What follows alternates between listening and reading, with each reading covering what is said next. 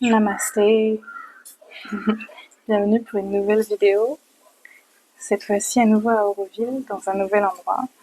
Euh, il m'est arrivé quelques péripéties depuis l'année dernière et j'ai dû recourir à une opération suite à un accident. Et cette année, j'ai dû retirer ce qui me restait dans la jambe en termes de métal, de petits cadeaux en titane que l'Inde a décidé de m'offrir. Et donc voilà, j'ai retiré ça il y a 12 jours. Et me voilà pour... Oui, je suis restée ici 10 jours dans un centre ayurvédique que vous voyez ici. J'étais pas en cure, j'étais simplement en repos. Donc j'avais ma chambre que voici, euh, et puis un cadre assez chouette. Ici vous voyez un arbre à papaye, je crois que c'est un arbre mâle, donc il ne va pas donner de fruits. Et puis vous avez tous les cocotiers, euh, des jacquiers aussi, qui sont des jackfruit. C'est un gros fruit qu'on trouve un peu partout en Inde du Sud. Euh, et puis vous entendez peut-être les oies, les canards et les poules juste en bas. On a aussi des chèvres. Donc c'est un peu Martine en convalescence à la ferme. Euh, voilà. Et si je fais une nouvelle vidéo aujourd'hui, c'est que j'ai recouvré pas mal de ma mobilité. J'ai simplement pas mal de points de suture à retirer prochainement. Et en attendant, je me suis dit que j'allais créer une nouvelle vidéo pour partager un petit peu les mouvements qui, peu à peu, m'ont fait du bien et que j'ai pu m'autoriser à pratiquer à nouveau. Ouais, parce que pendant quelques jours, j'étais totalement immobilisée, pas vraiment le droit de marcher, même si j'ai très vite commencé à le faire en douceur, parce que je le pouvais, que je le sentais, que mon corps m'indiquait que c'était ok, très graduellement. Et évidemment, le yoga, comme toujours, fait grande partie de moi et de ce qui me fait du bien. Et c'est pour ça que je pratique et que je partage. Euh, voilà, les merveilles du mouvement et de cette guidance, qu'elle soit physique, spirituelle, émotionnelle. Et, et voilà, donc c'est parti. Si vous voulez me suivre. Euh, hmm.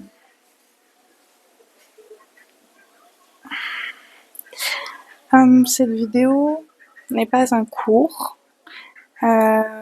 C'est simplement des mouvements que je vais expliquer peut-être un petit peu, pratiquer, montrer, et que vous pouvez pratiquer chez vous si vous le souhaitez, ou simplement pour comprendre un petit peu mieux la mécanique du corps.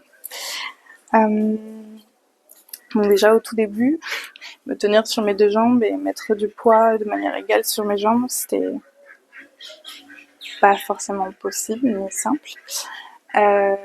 Et une fois que j'ai pu simplement être debout, tendre le genou complètement et commencer à nouveau un petit peu à le plier. Ça a commencé par voilà, des flexions de cette amplitude et peu à peu un petit peu plus bas. J'ai toujours des douleurs qui me bloquent pas, mais qui sont liées, je pense, au fait que mon corps est en train de se réhabituer à une nouvelle configuration sans ces 20 pièces de métal qu'on m'a retirées. Peut-être que je les montrerai dans une nouvelle vidéo, si ça fait sens. Euh, et donc, avec l'immobilité des premiers jours, je pense que voilà, le corps était un petit peu en demande de flexion, mais graduelle, encore une fois.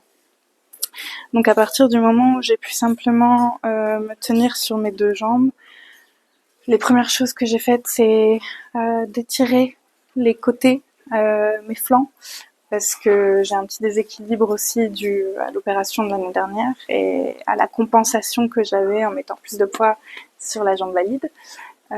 Donc il m'a fallu vraiment étirer plus un côté que l'autre.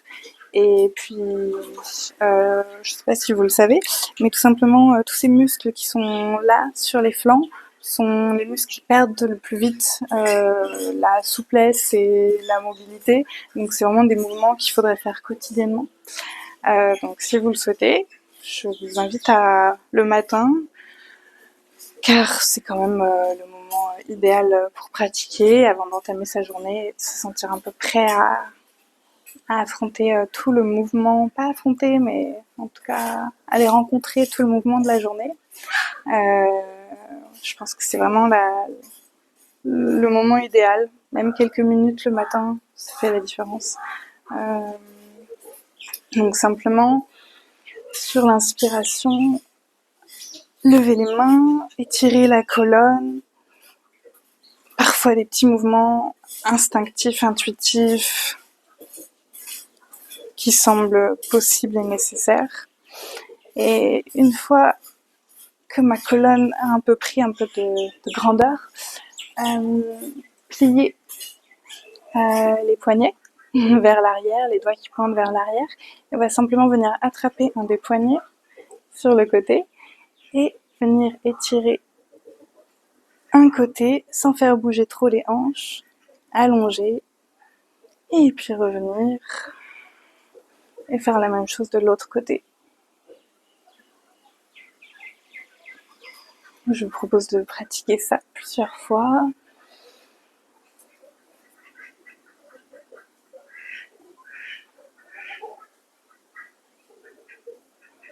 Et vraiment ressentir le point, l'endroit où vous sentez qu'il est juste d'aller dans l'amplitude, je veux dire, du mouvement. Puis en général, de simples mouvements d'épaule, des rotations. J'ai souvent de très grosses tensions dans les trapèzes. Du coup, simplement des mouvements où on va vraiment aller engager les muscles des omoplates, que ce soit vers le haut, vers l'arrière, et puis ensuite essayer de les rapprocher, de les faire se toucher comme si vos omoplates voulaient se faire un bisou. C'est vraiment des mouvements qui font du bien, surtout si on a tendance à être plutôt fermé vers l'avant et plutôt tendu comme ça, vraiment aller sentir ces omoplates qui partent légèrement vers l'arrière, les trapèzes aussi qui reprennent de la longueur. Donc voilà, ça c'est des mouvements que j'aime bien faire. Aussi, aller entrecroiser ses doigts et aller étirer vers l'arrière et un petit peu le haut, puis le bas, et aller jouer avec l'amplitude de votre mouvement, votre capacité à l'instant présent. Et puis ce dont vous avez besoin. Je sais qu'on n'a pas les mêmes besoins et moi c'est vraiment des choses qui très naturellement me viennent. Aussi pourquoi pas avec les jambes écartées, amener de légères torsions. Alors les torsions c'est avec ce genou, c'est encore un peu compliqué.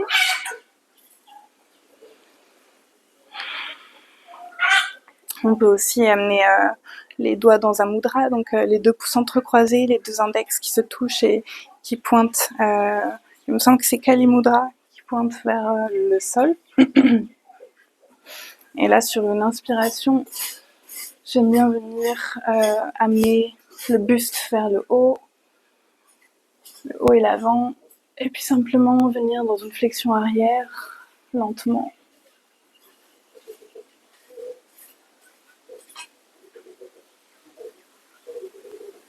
Et venir redérouler la colonne.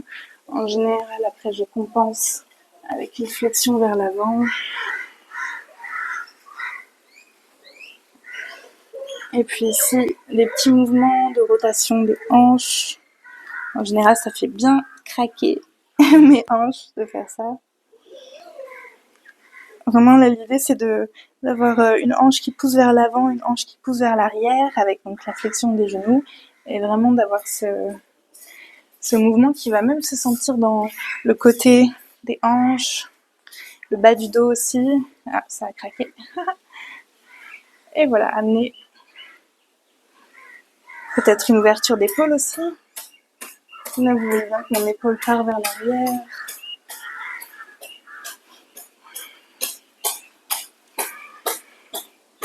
Puis ensuite, en pliant légèrement les genoux pour aller engager les quadriceps.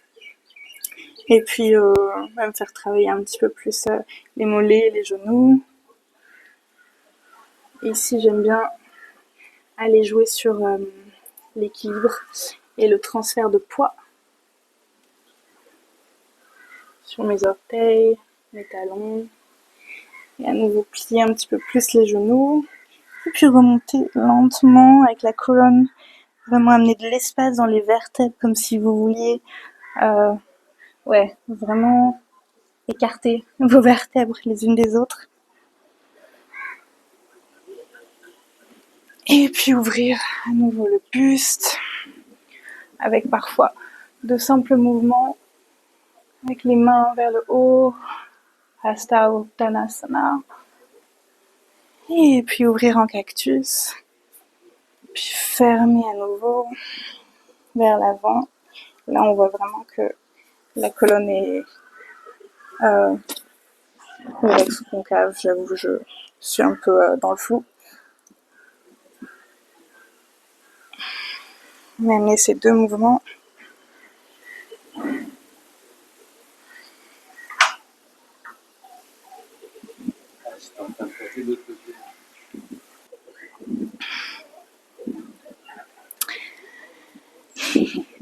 J'ai été interrompue par mon voisin. Du coup, oui, j'en étais à faire des mouvements de la colonne. Et j'aime bien exagérer les mouvements et amener un peu de flow et vraiment ressentir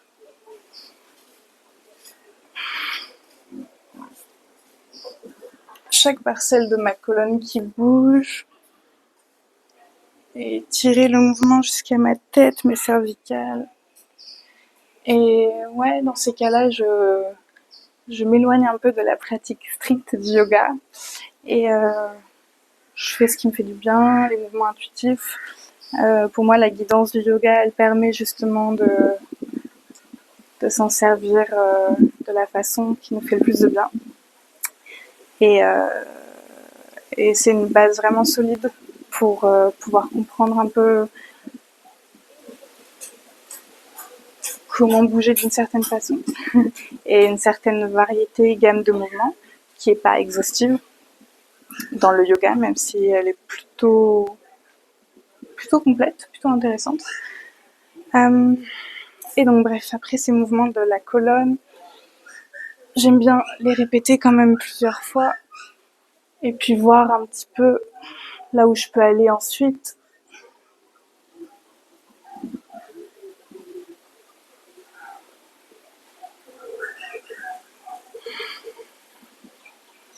Tout en respectant bien sûr mes limites, mes limitations du mouvement et du moment.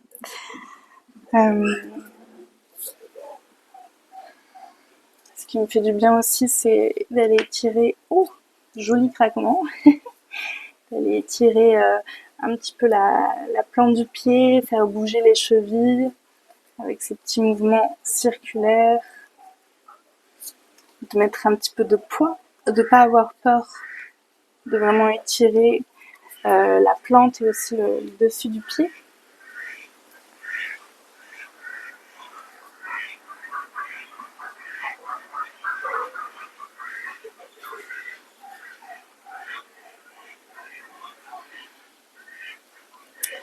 Et au-delà du yoga, du coup, il y a aussi des exercices de physiothérapie que je trouve vraiment intéressants et qui sont un peu nécessaires pour la guérison et surtout recouvrer une gamme musculaire et de mobilité un peu plus complète après un traumatisme assez fort.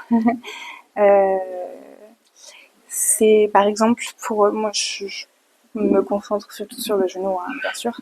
Euh, Ça va être des exercices d'équilibre, donc où on va amener justement le genou dans des zones un petit peu d'inconfort, donc à aller au-delà de la cheville. Je sais qu'en yoga, on a tendance à dire surtout il faut absolument que le genou soit aligné avec la cheville, il faut pas aller au-delà, euh, alors qu'évidemment notre corps est tout à fait capable et sans s'abîmer du tout dans des mouvements quotidiens tels que, je sais pas, descendre des escaliers ou autre. Voilà, on va souvent amener le poids du corps au-delà de cet alignement. Euh, et du coup, voilà, amener un petit peu de confiance et de retrouver la capacité à amener une flexion en équilibre. Je le sens. Je le sens dans le genou que c'est quand même assez demandant pour mon corps.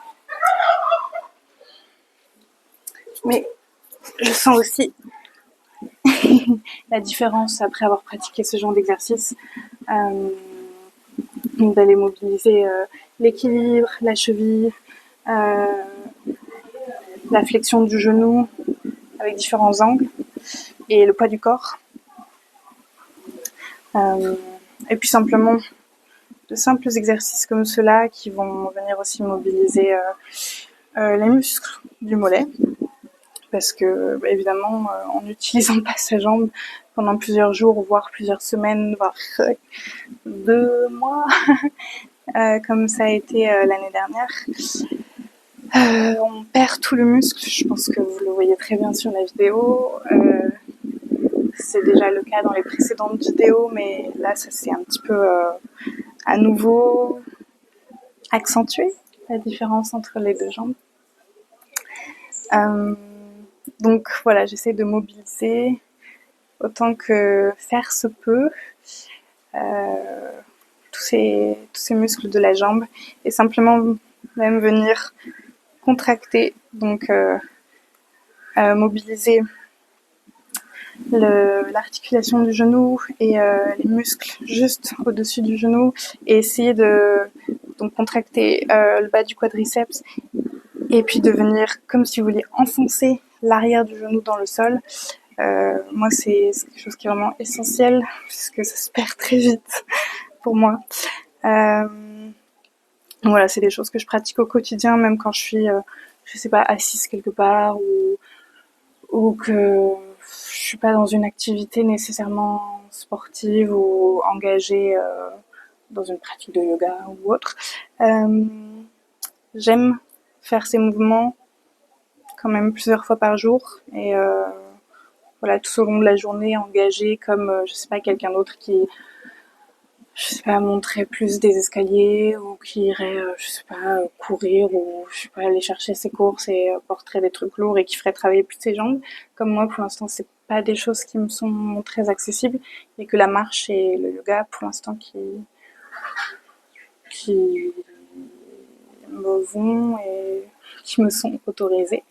Euh, je vous avoue que c'est aussi moi qui décide un petit peu de la gamme de mouvements en fonction aussi des recommandations médicales, bien sûr, des physiothérapeutes, chiropracteurs. J'ai un chiropracteur que je vais retourner voir aussi, et des médecins, chirurgiens et autres à l'hôpital. Euh, je ressens aussi, il y a des appels de mon corps parfois qui me disent bah en fait, t'arrêtes d'avoir peur. Et quand tu te rends compte que souvent tu te limites avec ta peur et que tu vas au-delà de ça et que tu dis ok, si je fais un tout petit peu là, ah mais en fait ça fait un tout petit peu mal, mais c'est totalement possible et je pense pas que ça me fasse du mal. Il y a de la douleur qui est une information, qui est un signal, mais c'est pas ça qui doit forcément m'empêcher de bouger parce que plus on limite notre mouvement, plus il va être difficile d'accès ensuite et long à regagner. Donc voilà, ça c'est des choses que je pratique. Euh, Même simplement la rotation externe, qui moi est vraiment nécessaire pour cette jambe, qui est un petit peu différente. même de naissance. Et puis un engagement aussi du tibia, voilà, des petites rotations du tibia qui vont venir aussi solliciter tout ce qui va être autour, des choses un peu plus subtiles autour du genou, qui sont nécessaires pour moi pour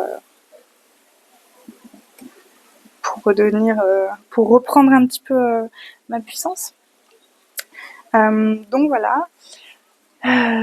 Évidemment, les prochaines choses que j'aime sont de simples étirements traditionnels, donc comme la flexion avant profonde, Paschimottanasana en yoga, que j'aime bien coupler à des... Je trouve que c'est assez intéressant, je commence à explorer ça de plus en plus, coupler des étirements avec un petit peu des automassages ou voilà, deux types de mouvements en même temps. Donc moi dans ce cas-là j'aime bien aller étirer, je vous invite à essayer, aller étirer les orteils, notamment le gros orteil, et on le sent vraiment fort, sans vous faire mal, mais on sent quelque chose de particulier quand on va explorer cette zone-là. Et oui, je pense que pour l'équilibre entier de notre corps, c'est bien d'aller explorer les gammes de mouvements et d'amplitude de nos pieds. Il y a aussi Purvottanasana. Donc, c'est comme la table renversée, mais avec les jambes allongées, qui va être du coup... donc là, on va être dans l'étirement de la face postérieure du corps. Et là, on va être dans le renforcement, donc étirement aussi un petit peu de la face antérieure du corps. Et renforcement, donc les doigts pointés vers l'avant, là les poignets sous les épaules. On va simplement venir engager tout l'arrière et renforcer donc tout ce qui va être les fessiers, là, tout l'arrière de vos jambes, de la pointe de vos orteils, même jusqu'à votre colonne vertébrale et vos épaules. Et donc sur la prochaine inspiration,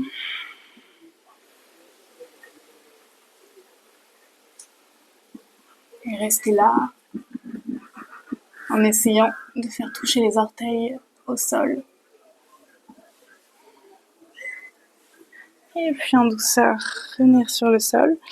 Ça peut être assez intense, c'est une posture que j'ai mis du temps à pouvoir accéder entièrement. Et puis aussi tout simplement tout ce qui va être des étirements latéraux, donc sur une seule jambe. J'aime bien me tourner du côté inverse de la jambe que l'on va aussi aller étirer. Ça, c'est vraiment surtout pour le flanc. Bon, je vais peut-être commencer du mauvais côté, mais on va y aller. Et vraiment en essayant de garder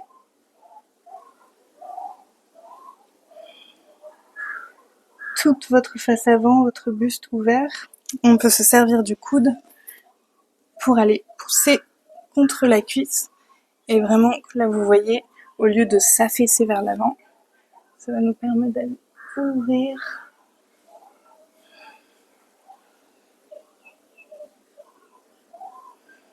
Et de garder un bel alignement. Hop, et de changer de côté.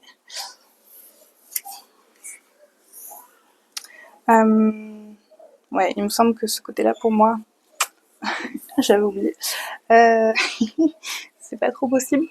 Donc je vais simplement garder les deux jambes ouvertes. D'ailleurs, je crois que c'est comme ça, c'était par habitude que j'ai plié la jambe, comme quoi, c'est drôle. Mais de la même façon, hop, simplement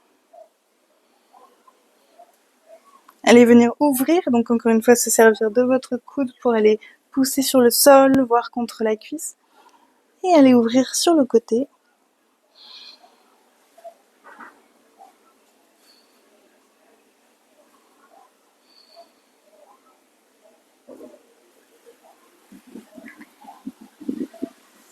Et puis j'aime bien faire ces cercles,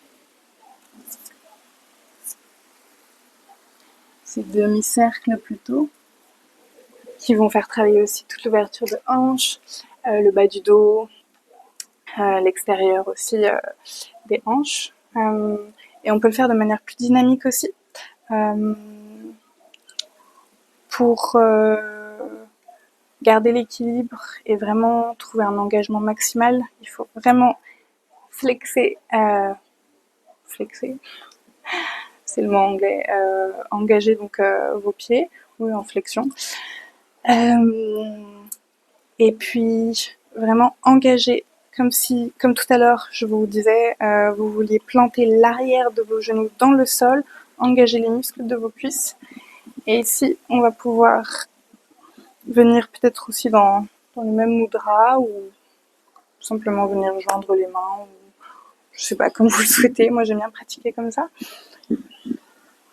Et donc, sans vous aider de vos mains sur le sol, simplement grâce à l'engagement de vos jambes et aussi de votre centre, vous allez le sentir dans les abdos, le plus loin possible. Étirer la colonne, donc l'idée c'est vraiment pas d'arrondir la colonne, c'est de la garder droite si possible. Donc c'est pas simple, on n'est pas du tout obligé d'aller aussi bas, ou voilà, moi je vais pas spécialement bas, mais j'imagine qu'on pourrait aller le plus bas vers le sol. Mais voilà, même si vous n'êtes que là par exemple, l'idée c'est vraiment d'essayer d'aller plus loin, d'engager, là vraiment je le sens sur l'extérieur des fessiers, des cuisses, des hanches, le bas du dos aussi, qui se renforce et qui en même temps s'étire, vraiment le centre qui est très engagé, et puis ouais, les jambes aussi qui travaillent bien. Ouais, c'est plutôt complet. Puis même dans les bras aussi. Donc c'est vraiment un exercice que j'aime bien, qui peut être un peu fatigant, mais que je trouve assez complet. Voilà, et puis encore une fois, de faire un flow intuitif avec ça. Voilà, j'espère que ce sont des mouvements que vous aurez envie d'essayer. Évidemment, tout en continuant à respirer de manière fluide et calée sur votre mouvement, lente et ample.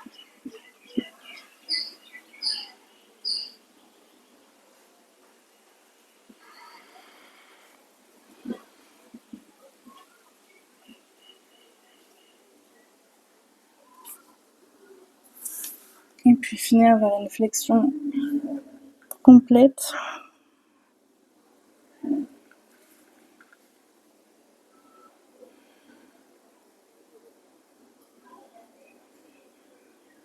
Et ici, en essayant d'activer un petit peu votre centre, simplement en rentrant légèrement votre nombril vers la colonne, on peut trouver plus d'espace. Et puis si vous accordez de la lenteur, du temps, le mouvement se transforme en fait, et l'espace que vous gagnez est assez remarquable. Là, je sais pas si vous voyez, mais déjà je sens fondre vers l'avant. Donc je vais pas aller jusqu'au bout, sinon je pourrais rester encore quelques minutes.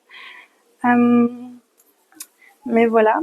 Et puis au-delà de ça, pour continuer à étirer tout ce qui va être les postérieurs, les hanches, les postérieurs, les fessiers, les postérieurs aussi. Il y a cet étirement que je trouve vraiment bien. Donc si on tire un petit peu vers soi, donc encore une fois, bien assis sur vos ischions, en essayant de garder le dos plutôt droit, et cette jambe au sol engagée. On va pouvoir venir ramener la plante du pied dans le pli du coude, et puis soit amener le genou un petit peu plus vers le centre, ou quelqu'un va étirer ici cette partie, depuis votre fessier jusqu'à l'extérieur de la hanche. Et puis si on pousse vers le côté, vers l'extérieur, voilà, on travaille aussi tout ce qui va être le psoas et l'ouverture de la hanche. Donc pour cette jambe-là, c'est un petit peu plus compliqué. Je découvre avec vous aussi mes capacités du jour. Voilà, pour moi, c'est encore un peu compliqué. Donc, je m'autorise aussi à accepter que le mouvement ne soit pas du tout pareil d'un côté que de l'autre. C'est pas simple pour l'ego, surtout quand on est dans une pratique régulière et qu'on a un passé différent. Mais c'est ok. Ok.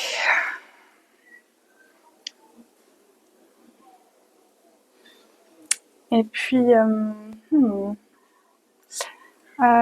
pour finir, encore une fois, les mouvements que j'aime bien.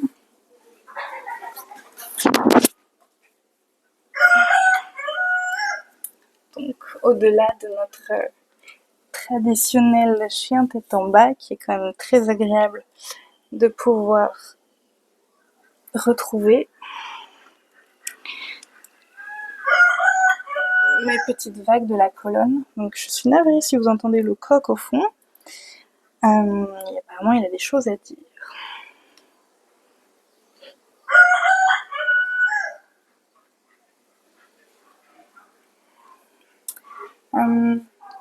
J'aime bien aussi faire ces petits mouvements. Ouh.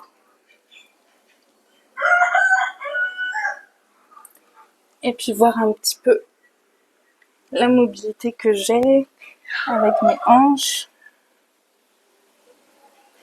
Et faire des sortes d'arabesques sur le côté. Hop.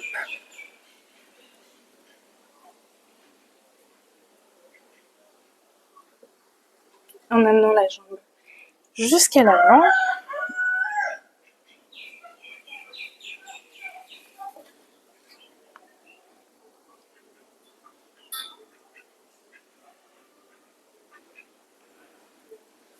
Des petits mouvements de planche latérale, un petit flow avec cette posture qui s'appelle la posture de la créature sauvage. Donc ouverture d'abord de la hanche sur le côté. Et puis ensuite essayer de faire ce petit flow.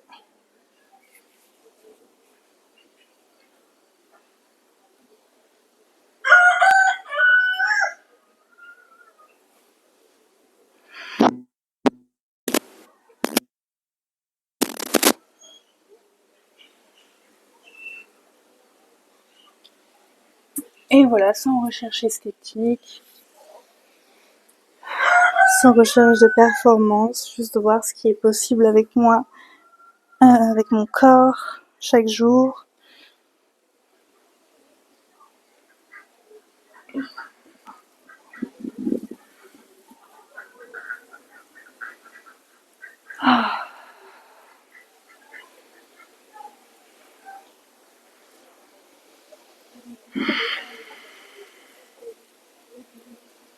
Et puis surtout, j'ai dû faire une emphase sur mon amplitude de respiration, encore plus que d'habitude. Tout simplement parce que ici, dans le sud de l'Inde, donc comme je vous le disais, Tamil Nadu, Auroville, nous sommes fin avril. Il fait tous les jours 35 degrés environ, parfois un peu plus, parfois 34. L'humidité est assez intense et le ressenti de la chaleur peut aller jusqu'à ressenti 44 degrés avec l'humidité de l'air, l'humidité ambiante. Donc j'ai l'impression que l'oxygène qu'on a dans l'air est pas... Enfin, il n'y a pas tant d'oxygène. Et donc je me suis retrouvée à être assez épuisée. Ouais. Bon, c'était sûrement aussi dû aux suites de l'opération d'il y a 12 jours.